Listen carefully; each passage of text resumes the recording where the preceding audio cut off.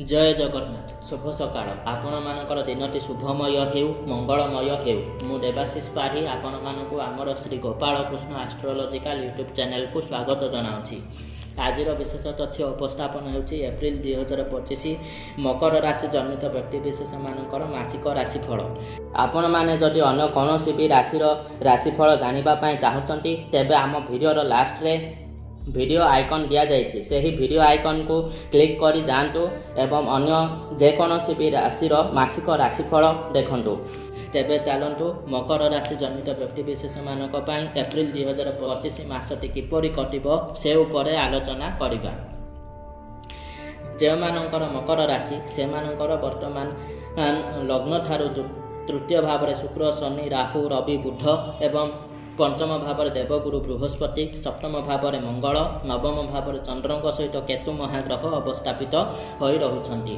जेहेतु आपणकर पंचम त्रिकोण भाव में अत्यंत शुभफल प्रदानकारी गृह में देवगुरु बृहस्पति जे कि सर्वाधिक शुभफल प्रदानकारी ग्रह अवस्थापित होती एवं वृष राशि रे देवगुरु बृहस्पति रोचंती एवं वृष राशि राशाधिपति हेले दैत्य गुरु भार्गव शुक्राचार्य बा शुक्र महाग्रह से लग्न ठारू तृतीय भाव में मीन राशि रे उच्चरे अवस्थापित होइछंती। गुरु एवं शुक्र उभय गुरुंक मध्य राशि परिवर्तन योग होइअछि तेणुक आपणकर बहुत भल समय चलुछि।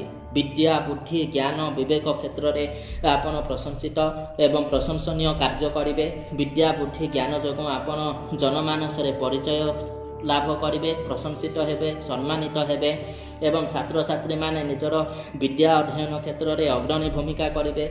श्रेणी में प्रथम स्थान अधिकार करेंगे प्राइज लाभ करी निजर पितामाता तथा परिवार पर गौरव अर्जन करेंगे एवं हायर स्टडी क्षेत्र में आपण को अधिक रु अधिक शुभफल प्राप्त हेबो एवं प्रेम संपर्क में आपण अग्रगति लक्ष्य करेंगे।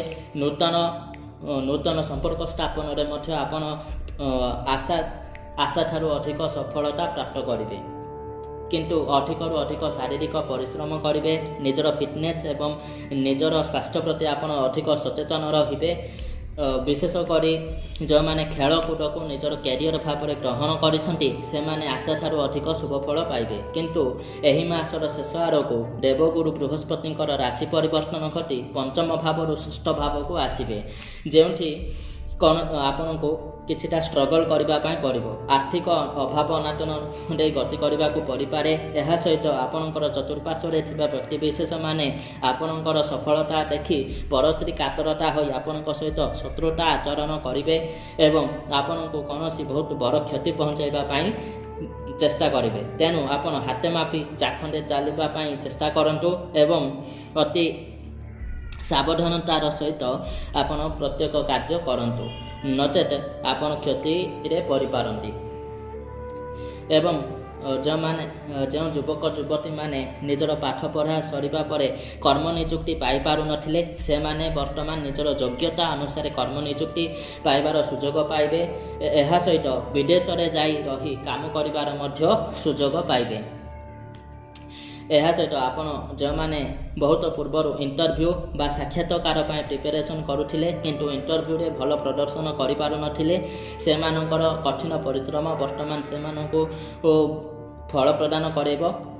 साक्षात्कार बा इंटरव्यू क्षेत्र में से माने आशातीत फल पाइबे एवं कर्म नियुक्ति मध्य पाइबे। बाक चातुरी बा बाक सिद्धि प्राप्त हेबो। निजर कथा कहवा शैली जोगु एवं निजर कथा माध्यम रे आपण समस्त निजर कार्य हासिल करई नेबे एवं सेथिपाई आपण प्रशंसित मध्य हेबे।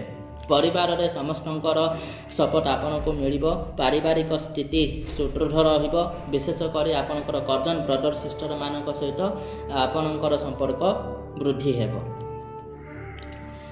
मासटी भलरे जाउ नथिबा हेतु आपण को प्रतिकार करबा को पड़िबो।